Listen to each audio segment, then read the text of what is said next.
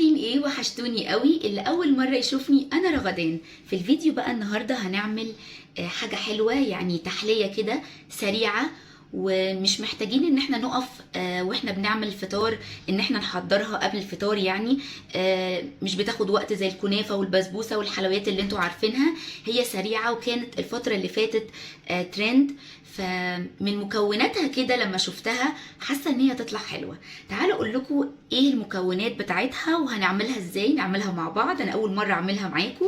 بدايه كده اول حاجه محتاجينها عشان نعمل الوصفه دي او التحليه دي هي كرواسون ساده. هم كانوا مستخدمين كرواسون ساده كبير، انا ما لقيتش غير الميني ده صغير فجبته. ومحتاجين كريمه خفق ولبن طبعا. طب ليه طبعا؟ يعني لبن وصوص شوكليت او كراميل، بس انا هستخدم شوكليت المره دي.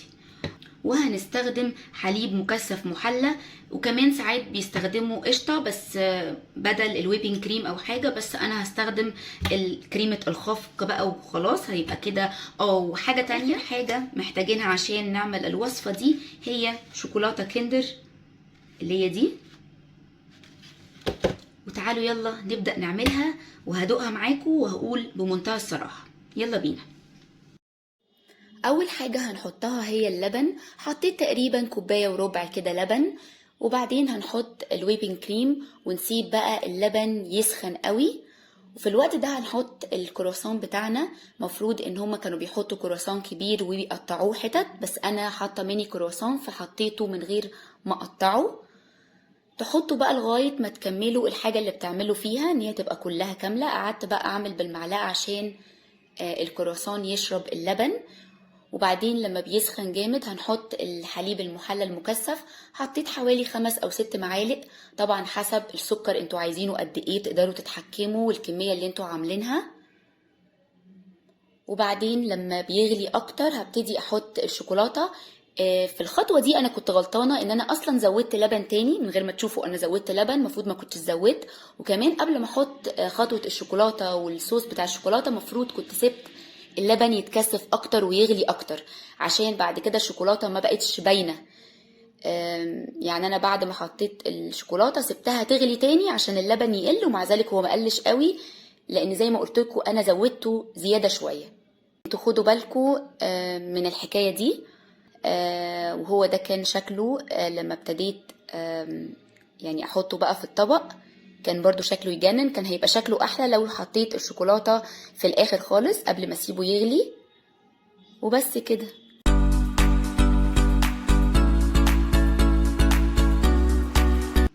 بصوا شكله حلو قوي، بس انا لما خليته يغلي في الاخر تاني بعد ما حطيت الشوكليت ساحت كده. لما انا حطيت لبن تاني على الكرواسون بعد ما حطيته عشان حسيت ان اللبن قليل، المفروض ان انا ما كنتش زودت حبه اللبن دول، كان كفايه اللي انا حطيته في الاول.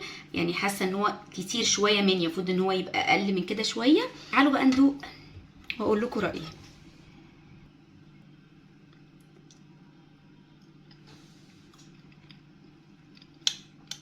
لا استنوا كده، خطير والله العظيم خطير. لا لازم تجربوه، يجنن. هتجربوه بكره، يعني هتجربوه بكره ماليش دعوه، فظيع.